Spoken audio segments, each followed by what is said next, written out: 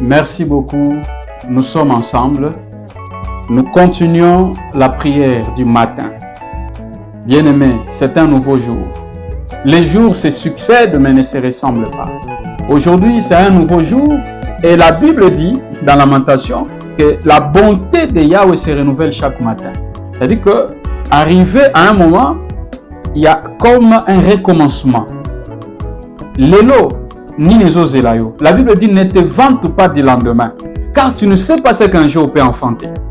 Ne te vante pas du lendemain, tu ne sais pas ce qu'un jour peut enfanter. C'est à cela que je voudrais dire, avant que tout semble là, que chaque jour, chaque nouveau jour qui arrive, non seulement que ce sont des opportunités, mais chaque nouveau jour qui arrive, c'est un nouveau défi qui s'élève.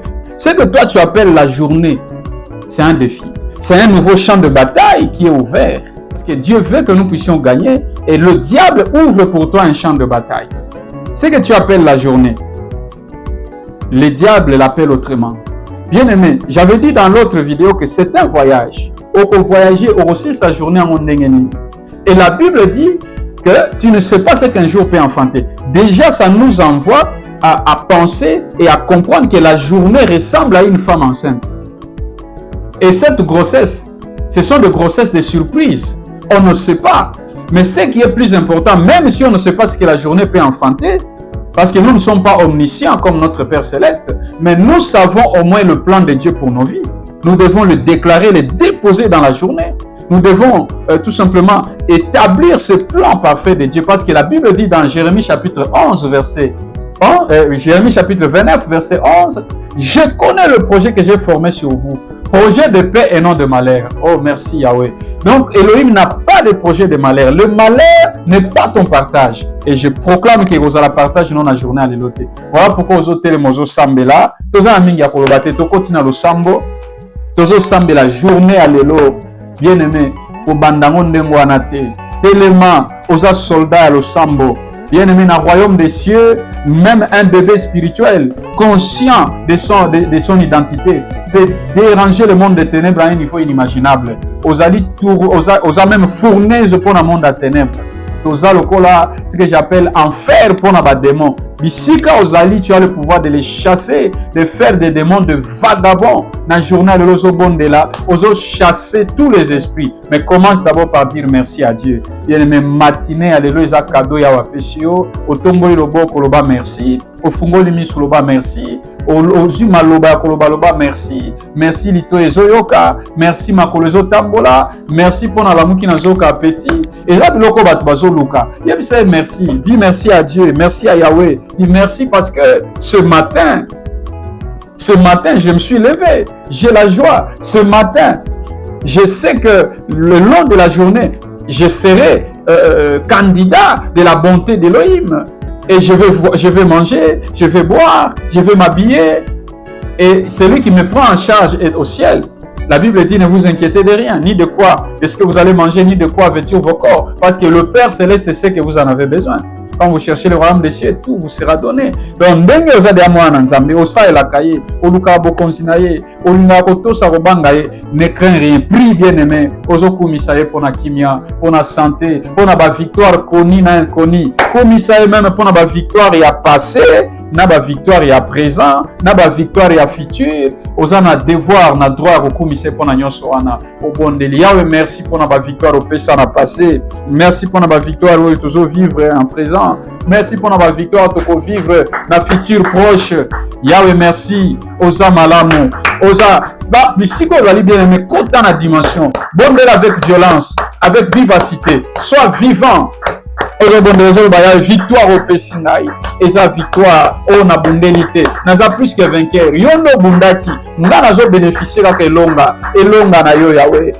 Na tonga lelo. O la musi bolamu na yo. O renouveler bolamu na yo. Tu as renouvelé ta bonté dans ma vie. Pourquoi ne pas te dire merci?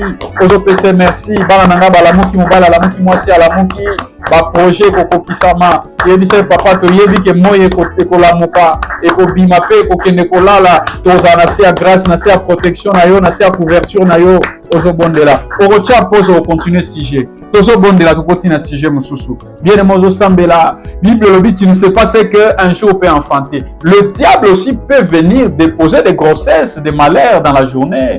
Bon, na kati na butu pe na ba passé na biso, akoya travailler ba koti ba réunion, ba sali ba plan, ba sali ba tindi ba démon, ba sali tout ce qu'ils peuvent faire pour que journée botelo ba malheur, ba agitation, ba problème, ba mauvaise nouvelle, ba surprise à mabe, banda ko déclarer avortement. Il y a ba grossesse nyonso, il y a ba surprise désagréable, il y a ba malheur et Satan bomsi na journée na yo. Il y a lobby, son projet, son plan pour ta vie n'est pas celui de malheur mais celui de bonheur. Tozo bondela, na lobby la plan à Satan, il y a ba sorcier, il y a démon, il y a monde à ténèbres, nyonso za la neutraliser, avortement, il y a ba grossesse nyonso, il y a ba malheur, nyonso journée mema ki pona ngai, nazo déclarer yango, eza détruit, eza avorté, nyonso ba programme ya monde à ténèbres, na déprogrammer yango. Aïe aïe aïe aïe aïe aïe aïe, na bandi ko déprogrammer, nyonso monde à ténèbres programmaki. Pe na bandi ko déclarer reprogrammation à journée. Reprogrammer journée na yo. Déprogrammer nano, déprogrammer. Loba na longoli malheur, na longoli accident, na longoli kufa, ba mort subite. Oyo bakoya kobeta mutu kibota po akufa, oyo bakotiela mutu poison, déprogrammer. Yawa longola makolo na yo, makolo ya bandeko na yo, na banzela wana ya ba malheur, na banzela ya ba incident, ba accident, ya batu kokota na ba difficulté, ozo bondela au nom de. O tia pose au continuer sujet wana. Au semble la siko bien-aimé. Au déclare, on dit que dans la vie, nous savons le bon moment, le bon endroit et la bonne personne. Au bon de la nationale, lelo, yawa épargné on a ba mauvaise personne. A longola yo, ma colonne qui est dans mauvais endroit, ba mauvais moment na journée lelo ezalate. Aïe aïe aïe. Oyebi na journée ko kabelo ka ba bon moment.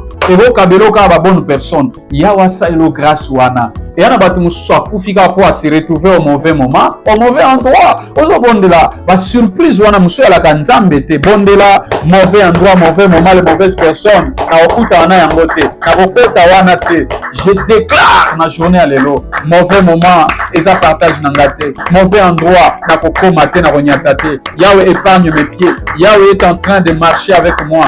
Il retire de mon chemin, de ma voie, tout le piège de l'ennemi. Azo longola, ma boule nyonso azo zipa. Yahweh azo raser bangomba na nzela na ngai. Na journée à lelo, ba barrière ezo s'élever, ezo tikela nga passage. Oh Yahweh, aza na ngai. Tozo bondela. Merci Yahweh. Journal lelo za yanga. Journal lelo za yanga. Merci cher Saint-Esprit. Merci parce que okambu sangai, okomoni sangai. Au nom de bien mozo bon de la journée. Oui, journée et à le quoi voyage. Pilote n'a eu Saint-Esprit. Yes. Écoutez, tu ne sais pas, même dans la prière, la Bible dit dans Romains 8, 26 et 27, tu ne sais pas ce qui te convient de demander. Le Saint-Esprit intercède en nous par des soupirs inexprimables, car c'est selon Elohim, c'est selon Dieu qu'il intercède et qu'il prie en nous, pas selon les hommes. Parce que le journal est là, au yébité. Nous nous salons au Kendewapi, malgré le plan na yo. Tika Saint-Esprit à Tambosayo. Au second de ça, Saint-Esprit a conduire yo na ba bon endroit, a conduire vers la bonne personne, a conduire yo vers ba opportunité, a conduire yo bien moko bimaka boye, okuta na likamoko etomboli vina yo. To bondeli yawe, cher Saint-Esprit, journal elo, mema ngai na ba opportunité, conduire ngai, sala chauffeur, sala conducteur, mema ngai dans les opportunités, mema ngai vers les bonnes personnes, conduis-moi vers le bon lieu, les bons endroits, au nom puissant de Yahshua appelé Jésus. Kambanga molimo na Yahweh, kambanga na tambulanga moko te, na raté ba occasion ba opportunité te, na raté visitation na yo te na journée à lelo. Na sera sensible en esprit, que mon esprit soit perplexe, souple, aiguisé et que je sois sensible. Alléluia na ba directive au nom de bien mettons que muke na suka to tika ina je sais pas une minute ou combien, tu apposes au continuer ko sambela. Mais bien aimé, quelque chose se passe ici. Batu bakoyo la muka ba bebisi journée na yo. Job tozotanga Job chapitre 3 verset 1 à 8, mais vraiment je souhaite que ça otanga ka muke. Job 3 tokena verset 4. Que les jours changent en ténèbres. Que Dieu n'ait point souci dans le ciel. Donc nzamba zo souci te ya journée à lelo, ya journée na yo. Journée changer na ténèbres. Il ne s'agit pas de ténèbres à boutoir. Ça veut dire que journée na yo, ils ont l'accès à la bonne chose, lumière, et changer na ba mauvaise chose. Et puis, que l'obscurité et l'ombre de la mort s'en emparent. n'a sauté n'a que rapidement et qu'elle ne se joigne point au jour de l'année. Dans journée on a et se joindre te ça la compter te na kati ya journée année ça quoi ba longoli ba annulé donc ça journée moko volé raté yango mona ba sauterelle ba dévorer année mutsadi année sans résultat année et ça le quoi exista te au monde le côté et puis balobi na verset 7 balobi que cette nuit soit stérile que mille voix joyeuses ne s'y fassent entendre.